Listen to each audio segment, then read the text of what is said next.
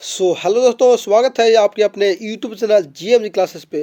दोस्तों, आज आप लोग के लिए लेकर आ गए बहुत ही ज़बरदस्त क्लास बीएसईबी 12th फाइनल परीक्षा 2024 के लिए सब्जेक्ट केमिस्ट्री का अर्थात रसायन विज्ञान का final internet model guess paper से चुनकर लेकर आए हैं, जो सीधा 6 फरवरी को सीधा परीक्षा हॉल में छपने वाला है। तो वीडियो को लास्ट तक जरूर देखेगा और जो भी चैनल पर नए होंगे तो चैनल को सब्सक्राइब करके बेल आइकन को प्रेस कर दीजिएगा ताकि 2024 में आने वाला एग्जाम में काफ़ी हेल्पफुल हो सके। तो चलता हूँ आज का डायरेक्ट क्वेश्चन की ओर। तो आपका फर्स्ट क्वेश्चन कुछ इस प्रकार से है, जो आपका स्क्रीन पे दिखाई दे रहा है, जो बहुत ही लाजवाब और बहुत ही इंपॉर्टेंट क्वेश्चन है। बोल रहा है कि मिथाइल एमीन को बनाया जा सकता है, मतलब मिथाइल एमीन को किसके द्वारा बनाया जा सकता है।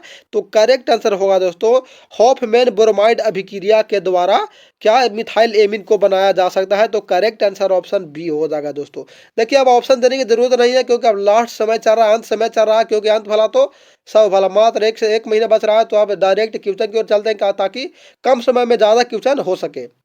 आपका सेकंड क्वेश्चन है कि जी धातु को क्या गैलेनियम धातु को थोड़े से आयन अर्थात इंडियम से डोपित करने पर हमें प्राप्त होता है, मतलब क्या गैलेनियम का इंडियम धातु से थोड़ा सा डोपित करेंगे हमें तो क्या प्राप्त होगा। तो करेक्ट आंसर होगा दोस्तों ऑप्शन बी, अर्थात क्या पी प्रकार का अर्धचालक प्राप्त होगा। तो करेक्ट आंसर ऑप्शन बी हो गया।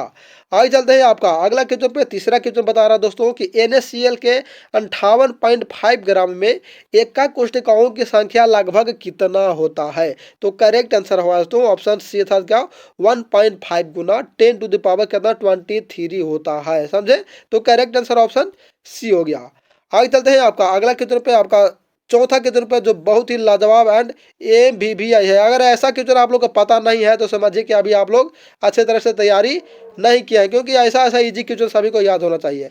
बोरा के संक्रमण तत्व कहा जाता है, कौन सा ब्लॉक के तत्व को संक्रमण तत्व कहा जाता है। तो पता होना चाहिए कौन सा दोस्तों, तो डी ब्लॉक के तत्व को संक्रमण तत्व कहा जाता है। करेक्ट आंसर ऑप्शन डी हो गया, डी ब्लॉक के तत्व को। आगे चलते हैं अगला क्वेश्चन पे। आपका पांचवा क्वेश्चन इस प्रकार से आपका स्क्रीन पे दिखाई दे रहा है। वर्ग निम्नलिखित में से कौन सा अनुसंख्या का गुण धर्म नहीं है। क्या बोल रहा है, गुण धर्म क्या नहीं दर्शाता है। तो 5 का जो करेक्ट आंसर होगा दोस्तों वो हो गया ऑप्शन बी, अर्थात क्या प्रकाशीय क्रियाशीलता है, जो क्या अनुसंख्या के गुण धर्म नहीं दर्शाता, ना के बराबर दर्शाता है दोस्तों। तो करेक्ट आंसर ऑप्शन बी हो गया। आगे चलते हैं आपका अगला क्वेश्चन इस प्रकार से दिखाई दे रहा है। छठा क्वेश्चन जो इस प्रकार से है, जो बहुत ही लाजवाब क्वेश्चन है। बोला कि निम्नलिखित में से कौन ऑक्साइड धातु की तरह विद्युतीय गुण दर्शाता, विद्युतीय गुण दर्शाता किसके तरह, तो धातु के तरह। तो करेक्ट आंसर होगा दोस्तों CrO2, मतलब chromium dioxide. Correct answer option D हो गया। आगे चलते हैं आपका अगला क्वेश्चन पे, जो बहुत ही लाजवाब है। प्रथम कोटि की अभिक्रिया के लिए वेग स्थिरांक की इकाई क्या होता है। देखिए, प्रथम कोटि और शून्य कोटि अभिक्रिया आपको 2 नंबर में भी और 5 नंबर में भी मतलब पूछेगा, सब्जेक्टिव ऑब्जेक्टिव दोनों में। तो आप लोग एक कंठस्थ रूप से याद कर लीजिएगा। तो 7 का करेक्ट आंसर होगा दोस्तों टाइम पर मीटर, क्या मतलब कि समय पर समय खाली बोला जाएगा। और क्या कि प्रथम कोटि अभिक्रिया के लिए वेग स्थिरांक का जो इकाई होता है वो T/-1 भी दे सकता है या समय -1 दिया जा सकता है। तो करेक्ट आंसर ऑप्शन ए हो गया। आगे चलते हैं आपका अगला क्वेश्चन पे। 8वां बता रहा दोस्तों कि निम्न में से कौन कोलाइडी कणों का आकार है, मतलब कोलाइडी कणों का आकार कितना से कितना होता है दोस्तों। तो करेक्ट आंसर हो गया ऑप्शन सी, अर्थात क्या 10 टू द पावर -5 से 10 टू द पावर -7 तक होता क्या कोलाइडी कणों का आकार। तो करेक्ट आंसर ऑप्शन सी में नजर आ रहा है। आगे चलते हैं आपका अगला क्वेश्चन पे। 9वां क्वेश्चन पे बता रहा है कि निम्न में से कौन टिंडल प्रभाव नहीं दर्शाता, क्या टिंडल प्रभाव को नहीं दर्शाता, कौन नहीं दर्शाता है। तो 9 का करेक्ट आंसर होगा तो ऑप्शन सी, साथ क्या सकरा विलयन है, जो क्या टिंडल प्रभाव नहीं दर्शाता है। करेक्ट आंसर ऑप्शन सी हो गया। आगे चलते हैं आपका अगला क्वेश्चन पे। 10वां क्वेश्चन पे, जो बहुत ही इजी है, मतलब कि लॉलीपॉप बोला जा सकता है। क्या सीनेबार कहा जाता, किसको सीनेबार कहेंगे। तो पता होना चाहिए कि HGS को सीनेबार के नाम से जाना जाता है। करेक्ट आंसर ऑप्शन ए हो गया HGS। आगे चलते हैं आपका अगला क्वेश्चन पे। 11वां पे जो आपका स्क्रीन पे दिखाई दे रहा है दोस्तों, बोला क्या कि मालाकाइट अयस्क है। मालाकाइट अयस्क किसका है, लोहा का है, कॉपर का है, जिंक का है या सिल्वर का है। तो 11 का करेक्ट आंसर होगा दोस्तों कॉपर का है। मालाकाइट जो अयस्क है वो किसका है, तो कॉपर का है दोस्तों। करेक्ट आंसर ऑप्शन बी हो गया।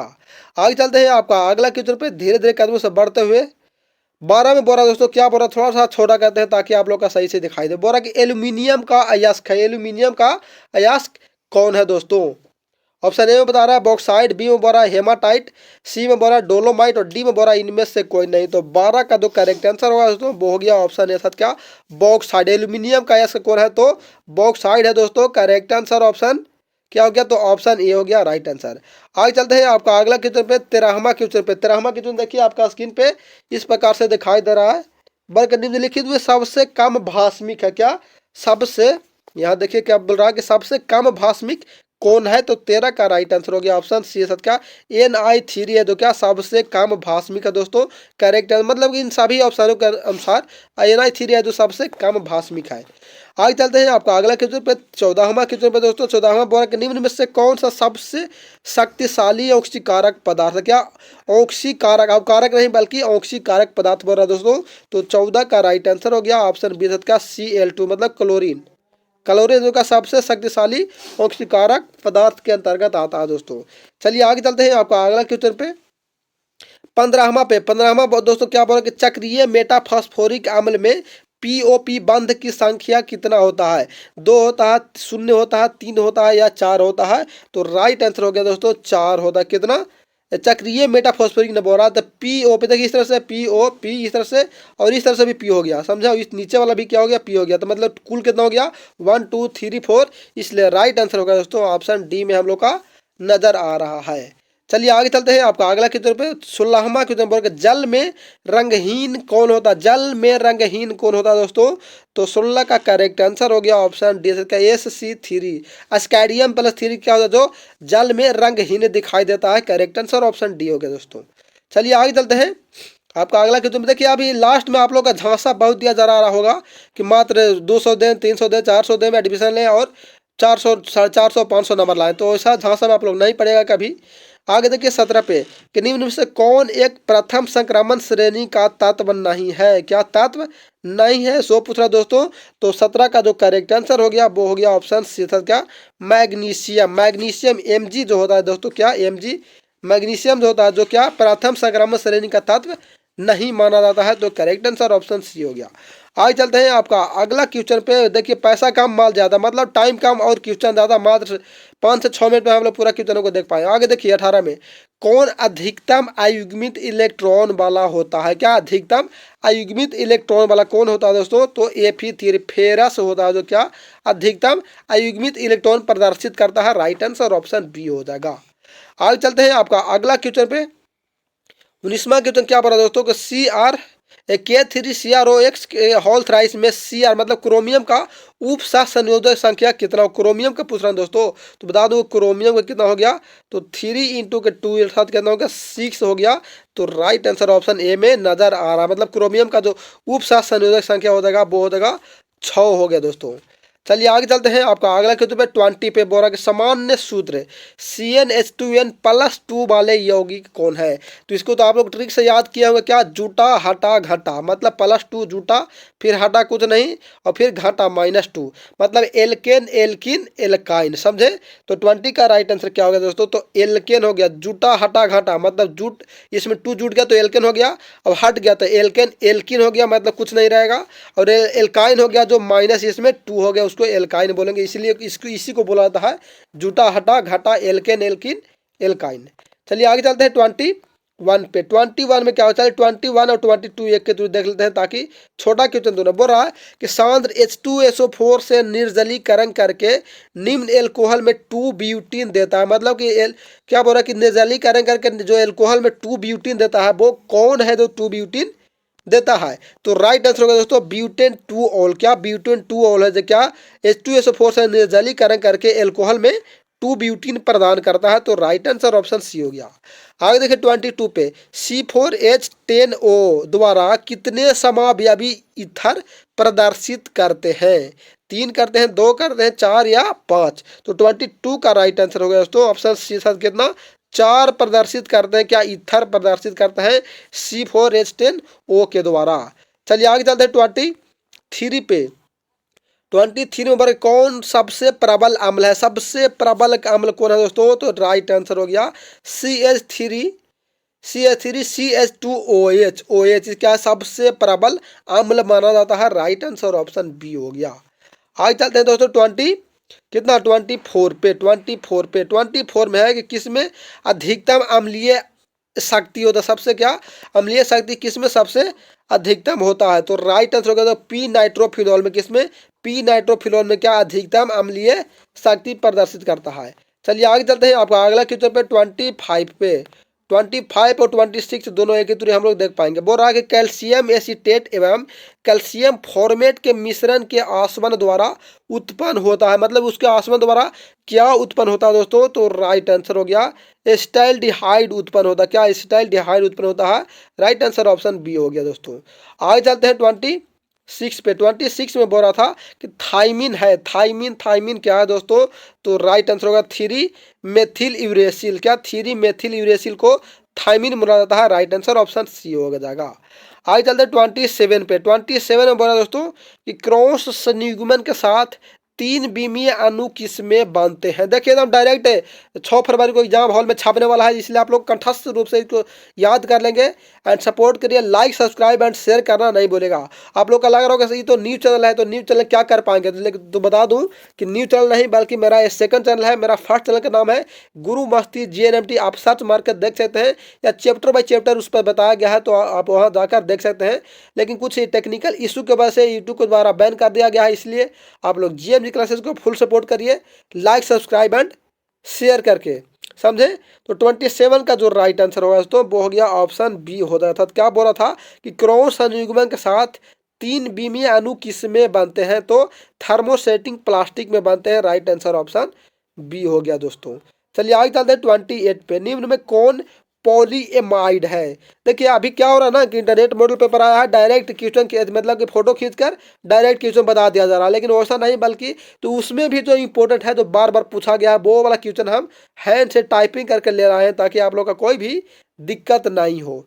तो 28 का जो राइट आंसर होगा दोस्तों वो हो गया नाइलॉन 66। क्या बोल रहा है कि कौन पॉलीएमाइड है, पॉलीएमाइड कौन है, तो नाइलॉन 66 है, जो क्या नाइलो पॉलीएमाइड के अंतर्गत आता है। चलिए आगे चलते हैं 29 में, वह दवाई जो ज्वारनाशी व दर्दनाशक है, मतलब ज्वार मतलब क्या बुखार को और दर्द को कम करता है, वो कौन सा दवाई है दोस्तों।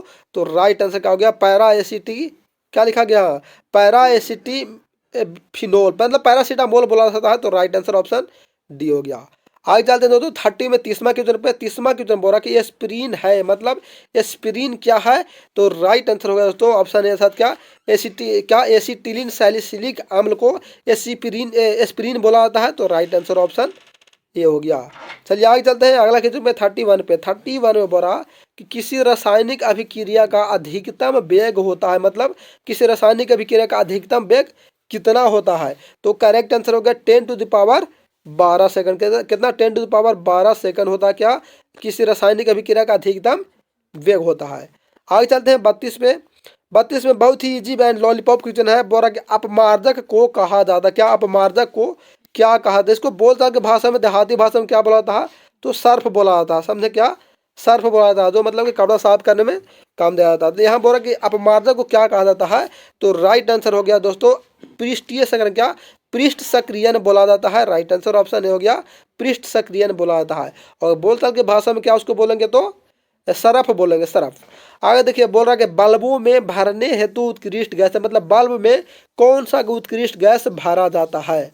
ये तो पता है कि नियोन, आर्गन, जेनोन, क्रिप्टन, सब रेडॉन, सब क्या है, तो निष्क्रिय गैस, उत्कृष्ट गैस या निष्क्रिय गैस है। लेकिन बल्ब में कौन सा गैस भरा जाता है, तो राइट आंसर हो गया आर्गन भरा जाता है दोस्तों, क्या आर्गन भरा जाता है बल्बों में, ताकि दीवार काला नहीं हो सके। चलिए आगे चलते हैं 34 पे बोल रहा है कि जटिल यौगिक CO C2O4 के हॉल्ट वाइज NH3 के हॉल्ट वाइज में कितने संभव समावयव है, कितने संभव मतलब कि समावयव उपस्थित हैं, तो राइट आंसर हो गया 2, कितना 2 को संभव समावयव उपस्थित है दोस्तों। चलिए आगे चलते हैं 35वां क्वेश्चन पे, 35वां क्वेश्चन बोल रहा है कि पावर एल्कोहल एक मिश्रण है, पावर एल्कोहल किसका मिश्रण होता है दोस्तों, तो राइट आंसर हो गया C2H5OH प्लस गैसोलीन प्लस के बेंजीन का मिश्रण होता है, क्या power alcohol, right answer option B हो गया। आगे चलते हैं, आगे बस समाप्त हो गया, क्योंकि जैसा कि आप लोग थंबनेल स्क्रीन पे दिखाई दे रहा था कि मात्र 35 ही क्वेश्चन है जो डायरेक्ट 6 फरवरी को एग्जाम हॉल में छपने वाला था। चलिए आगे देखते हैं, बाकी थैंक्स फॉर वाचिंग। सपोर्ट के लिए लाइक, सब्सक्राइब एंड शेयर करना नहीं भूलेगा। और मैं हूं आपका दोस्त, आपका प्यारा सा साथी भाई STN। तो चलिए फिर मिलते हैं अगले क्लास के सेट में अगले दिन। तब तक के लिए जय हिंद, जय भारत।